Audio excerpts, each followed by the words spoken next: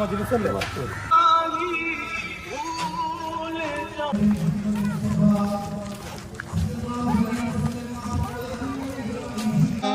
حبيب الله أيها المبعوث فينا جئت بالأمر الله مرحبا يا خير داعي يا حبيب الله يا نبي سلام عليكم يا رسول سلام عليكم يا حبيب سلام عليكم يا رسول الله صلوات الله عليكم يا حبيب الله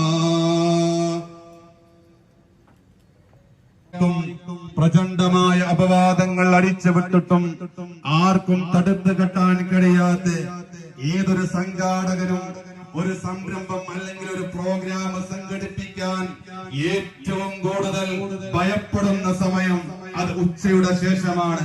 രാവിലെ എല്ലാവരും പ്രോഗ്രാമുകൾ വെക്കും, പക്ഷേ ഉച്ചയുടെ ശേഷം പ്രോഗ്രാമുകൾ സംഘടിപ്പിക്കാൻ ഇന്ന് കേരളത്തിൽ ധൈര്യമുള്ള ഒരേ ഒരു നേതാവ് നമ്മുടെ ആത്മീയ നായകൻ അത് സയ്യിദ് അവർകൾ മാത്രമാണെന്ന് വിളിച്ചറിയിച്ചുകൊണ്ടാണ് ഈ കേരളത്തിന്റെ വ്യത്യസ്തമായിരിക്കുന്ന ഭാഗങ്ങളിൽ നിന്നും ഈ ആളുകൾ ഈ പവിത്രമായിരിക്കുന്ന ആത്മീയമായിരിക്കുന്ന മജ്‌ലിസിനെ തേടി വന്നത്.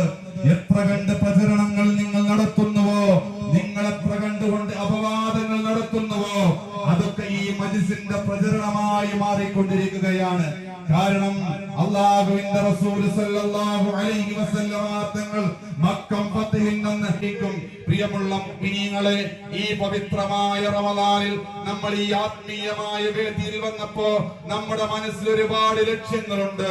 ഒന്ന്, റബ്ബിനോട് ദുആ ചെയ്യണം. ഇവിടെ ഒരു പിരിവിന് വേണ്ടി നിങ്ങളെ വിളിച്ചു കൂട്ടി ചിന്തിക്കുക, മനസ്സിൽ തട്ടി ചിന്തിക്കുക. വല്ലാത്തൊരു ചോദ്യമാണ് നമ്മോടൊരാൾ ഇങ്ങനെ ചോദിക്കുക, ആ താടിയൊക്കെ നരച്ചൂലേ? ഒരു മനുഷ്യന് വിഷമം ഉണ്ടാകുന്ന കാര്യം, താടിയൊക്കെ നരച്ചൂലേ? അല്ലെങ്കിൽ എന്ത് ചോദിക്കാം, ഓ വയസ്സായി